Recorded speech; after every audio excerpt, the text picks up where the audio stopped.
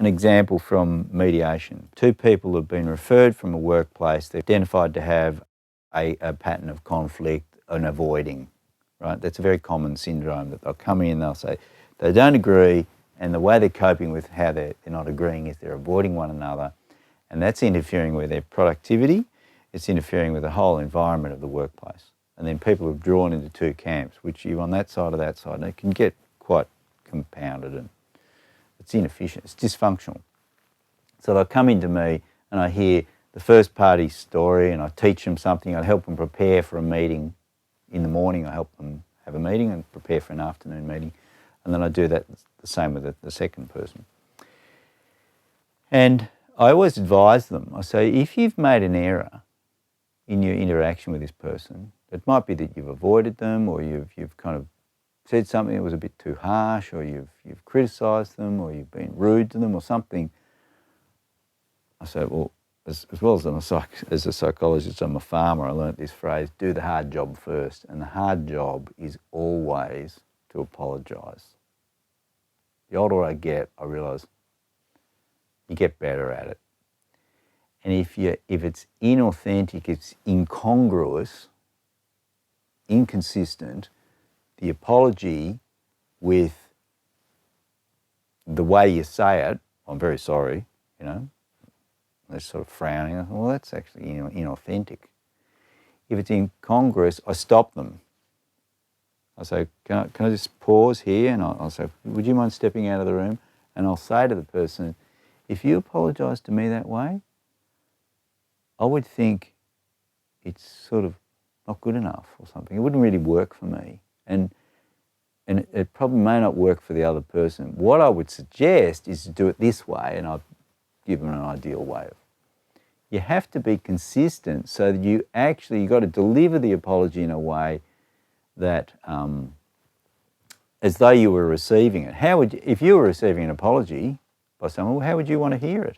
So you deliver it that way. And then I'll invite the other person back in. I say, okay, let's start again. Hit play and let it roll. And then they'll talk. And then I'll say, if they get it right, and I pick that up, I'll say, just pause. How did that sound to the other person? I'll go, oh, that was so much better than the first time he said it.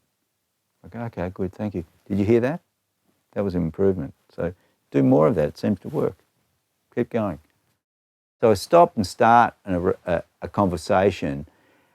So if I notice inconsistencies in the way they're talking to one another or something, I'll stop it and start it. So that's another example of being congruent, being consistent. What I encourage people to do is be very process-oriented. When you're attempting to repair something, you actually need to slow down the process. You need to say, for example, could we have a few minutes? I want to talk to you about something that's important. I'm a bit concerned about the way we're getting on at work. You know, I noticed that this thing happened yesterday, and it seemed to be unpleasant for you, and it was kind of unpleasant for me, but probably in a different way than it was for you.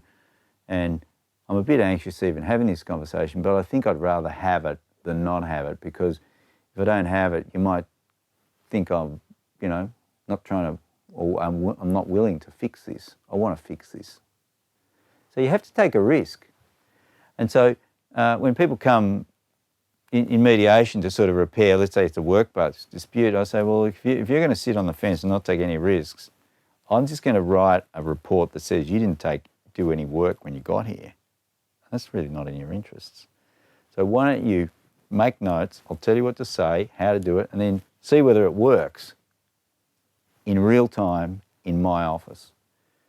More often than not, it does. So I don't ask you to believe me, I ask you to be a scientist and try it out. See if it works. More often than not, it does. And that's the bit. They see it in real time, they go, oh, gee, I'll try it out, and then they send one out, get the other one in, and then they say, did it work? Yeah, it did actually. Great, I can use that. So they get a little bit better at it.